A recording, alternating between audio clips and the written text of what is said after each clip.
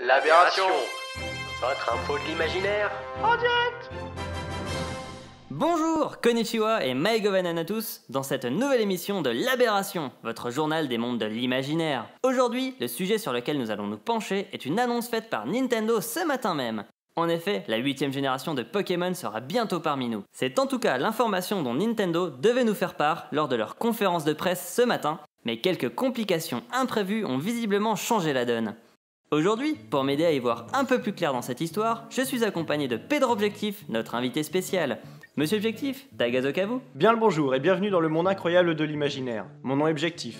Les gens m'appellent amicalement le prof fictif ou bien Pedro. Très bien Pedro, vous êtes donc un expert, notamment en Pokémon. Vous avez vécu au sein d'un groupe de Mélodelphes pendant 2 ans. Vous avez participé au démantèlement des Team Rocket, Aqua, Magma, Galaxy et Plasma. Vous avez approché la plupart des Pokémon légendaires de ce monde et vous avez vous-même un Octali qui loge dans votre voiture, c'est bien cela ? Oui, exactement. Alors Pedro, penchons-nous sans plus attendre sur le sujet. Tout à fait Gloomy. Allons-y. Et en tant qu'invité, je vous laisse l'honneur de commencer. Je vous en prie, vous êtes le présentateur vedette de cette émission. Ah vraiment, j'insiste. J'en ferai rien, je vous assure.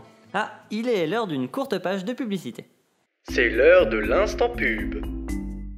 Votre œuf Pokémon vient d'éclore et votre Pichou a du mal à contrôler son énergie? Venez découvrir en exclusivité dans notre boutique de Jadiel notre poussette Pichou, complètement recouverte de cuir. Pour seulement 39 999 Pokédollars, les chocs électriques ne seront plus qu'un mauvais souvenir.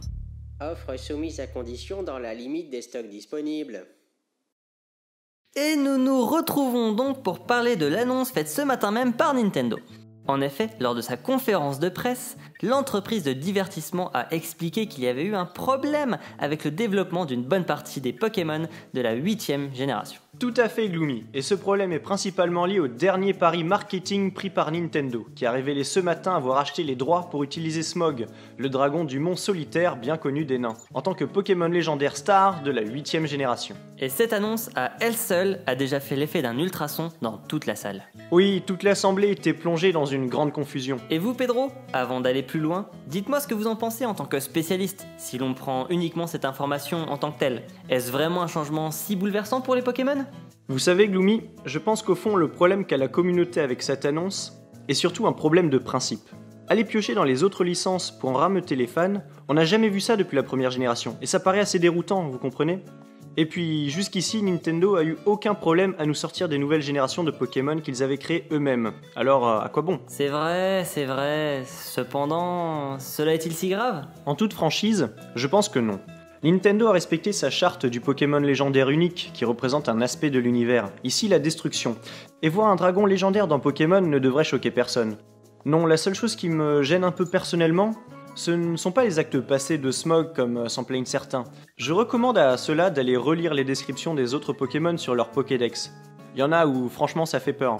Non, je disais que ce qui me gêne, c'est plutôt que d'habitude les références utilisées par Nintendo sont un peu adaptées au monde Pokémon, alors que là pas du tout. Pourquoi pas le modifier un peu pour le faire entrer dans le moule? Par exemple, lui rajouter quelques tentacules et le type O, et boum, on a Smogtopus. Smogtopus. Ou lui faire tenir des propos philosophiques et on obtient un Smokrat. Et son disciple aquatique Platon Maillot. Après, je ne suis pas le spécialiste des noms, mais vous voyez l'idée. C'est très intéressant Pedro, vous devriez soumettre vos idées à Nintendo. Je ne sais pas où vous allez les pêcher, mais c'est sans doute avec une méga canne. Merci Gloomy. En revanche, il est vrai que le fait qu'il sache parler peut poser certains problèmes. Il pourrait par exemple devenir lui-même dresseur, puisque les Pokémon semblent être réceptifs à la parole humaine. Et oui, d'autant qu'on a beau retourner le problème sous tous les angles, Smog ne peut pas être considéré comme un vrai Pokémon. Et maintenant, la minute historique. Il est et restera le descendant de Glorung, un véritable dragon créé par Morgoth au cours du premier âge. Et je l'imagine mal rentrer dans une simple Master Ball, je dois l'avouer. Hélas, c'est bien là qu'est le cœur du problème. Et d'ailleurs, c'est sans doute de sa nature profonde que lui est venue sa pulsion qui a mis Nintendo dans l'embarras. Car effectivement, venons-en au cœur du problème. La raison pour laquelle le relâchement à l'état sauvage de la 8ème génération est compromis, c'est que Smog a mangé une bonne moitié des prototypes des nouveaux Pokémon qui étaient encore à l'état de bébé. Un incident, ma foi, regrettable. On se retrouve donc avec à peine une moitié de nouvelle génération, ce qui est clairement insuffisant pour le renouvellement de nos amis les Pokémon. Surtout qu'on ne sait toujours pas ce que Nintendo va faire des Pokémon qui n'ont pas été mangés par le dragon, et qui arriveront donc à maturité trop vite par rapport à leurs congénères. Pensez-vous que la solution de l'abattoir sera choisie ? C'est hélas à envisager. Faites attention à vos prochaines commandes de steak, Gloomy. Ils pourront contenir des Pokémon poison. C'est pas faux. Mais plus sérieusement, Pedro, on ne peut nier que cette histoire sordide va avoir des répercussions importantes sur le monde de Pokémon et sur la crédibilité de la démarche novatrice de Nintendo. Et je ne parle même pas au niveau éthique. Ça reste une bonne 50aine d'êtres vivants tués par un seul. La police va-t-elle arrêter Smog? Pour le moment, Nintendo persévère et affirme que le terrifiant dragon fera malgré tout partie de la génération 8, dont les Pokémon morts seront donc renouvelés. Nous n'avons malheureusement aucune idée de la suite des événements. Nous ne pouvons que faire notre travail de journaliste, observer et informer nos concitoyens. Cependant, nous pouvons affirmer une chose avec certitude. Ce malheureux événement a touché chaque personne dans sa sensibilité. Du petit Poufsouffle admis en première année, aux grands seigneurs elfes, en passant par la Justice League et autres sorceleurs. Smog, ça fait jaser jusque dans les hautes sphères. Les sphères, c'est mon dada. Certes. Vous qui êtes proche du monde des Pokémon, pouvez-vous nous dire ce qu'en pensent les principaux concernés? Les Pokémon eux-mêmes? Je peux vous dire que tout ceci n'est bien entendu pas vu d'un très bon œil par la communauté des Pokémon. Il s'agit de la prochaine génération de l'espèce qui a été massacrée par le dragon. C'est un peu comme leurs enfants, vous comprenez? Chaque génération marque un renouvellement nécessaire pour la survie de la race Pokémon à long terme.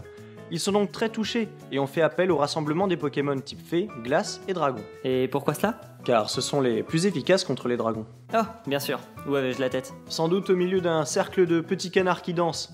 Et donc, en début d'après-midi, un discours très officiel contre l'arrivée de Smog a été tenu par le représentant du Sénat Pokémon. Un rondoudou que toute cette histoire inquiète fortement.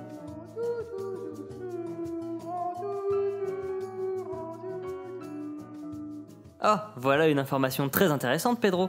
Et quelle a été la réaction de la communauté Pokémon à cette intervention? Vous savez, tout le monde s'est endormi assez rapidement quand Monsieur Rondoudou a pris la parole. Ah bien sûr, j'oubliais que ce type de Pokémon a cette capacité particulière lorsqu'il chante. Non, mais il a pas chanté, c'était juste le Sénat, c'est comme chez nous, on fait qui dormir. Et il est d'ailleurs principalement composé de ronflex. Ah, très juste. Cependant, les Pokémon ne sont pas les seuls à s'inquiéter. Nous pouvons écouter en direct cet avertissement dont nous font part les nains Dory et Nori sur leur propre expérience avec Smog. Les pins rugissaient vers le ciel haut et fier. Les vents gémissaient dans la nuit d'hiver. Rouge le feu sur mille lieues. Et c'est d'ailleurs en braillant ce chant de ralliement que sont rassemblés une trentaine de nains devant leur propre mine, ayant décidé de faire la grève de la caillasse, en plainte contre le gouvernement trop draconien et en soutien aux Pokémon engagés. C'est terrifiant, Gloomy. Vous parlez du dragon ou des nains chanteurs? Ma foi... Et ce n'est pas tout. En sortant de la conférence de presse de Nintendo, nous avons réussi à interviewer Sacha en personne, dont nous vous passons l'extrait. Bonjour Sacha, pouvez-vous répondre à quelques-unes de nos questions? Bien sûr, Gloomy. Mais avant, je dois vérifier l'origine de ce Pokémon inconnu. Regardez. Non mais c'est mon technicien, ça... Perchis surnommé Robert, Pokémon de type technicien. Évoluant en ingé son, peut être retrouvé principalement dans les bars et les bordels de Westeros. Passionnant. Oui, voilà. Et donc Sacha, que pensez-vous de la déclaration que vient de faire Nintendo? Hé, regardez là-bas. C'est la Team Rocket. Oh, les salauds, ils en ont après votre perchiste, j'en suis sûr. Je les tiens. Quoi? Mais enfin Sacha, ce n'est pas parce que cette femme a des mèches rousses et qu'elle a un chat que... Pas n'importe quel chat, un chat persan qui vient de faire miaou. Mais voilà n'est pas la question. Pikachu, attaque éclair.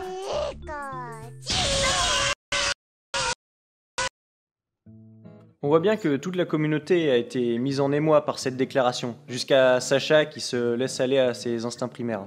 Nous pouvons d'ailleurs informer avec soulagement nos auditeurs que la jeune femme que Sacha a malencontreusement attaquée a été transférée à l'hôpital Sainte-Mangouste dans les plus brefs délais et que sa vie n'est pas en danger. Un petit tour entre les mains du docteur Manhattan et elle sera de nouveau en pleine forme. Exactement. Bien, Pedro, je crois que nous avons fait le tour du sujet. Tout à fait.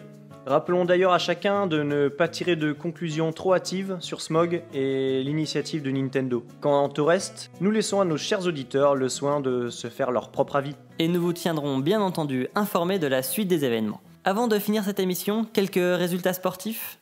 Et voici la Minute Sport. Football. En Ligue des légendes, nous avons pu voir l'Olympique de Minas Tirith s'incliner par forfait, faute de joueurs, après 30 minutes de jeu, face à ces petits diables du FC Légion Ardente. Puis, le Marvel Athletic l'a emporté 3-2 contre l'AS Bourg-Palette sur un but spectaculaire à la dernière minute de Daredevil. Et on peut dire qu'il n'a pas eu froid aux yeux pour tenter une telle frappe, mais ça a payé. Boxe à présent. La FFFC bat son plein et les premiers quarts de finale ont eu lieu, voyant Jury s'imposer face à Dark Maul, qui n'était pas dans son élément sur ce championnat. On voit bien que son double sabre laser lui a cruellement manqué en effet. Et sur l'autre ring, c'est Bowser qui a été mis à mal par un Obélix en grande forme et qu'on retrouvera donc directement en demi-finale face à la combattante des rues.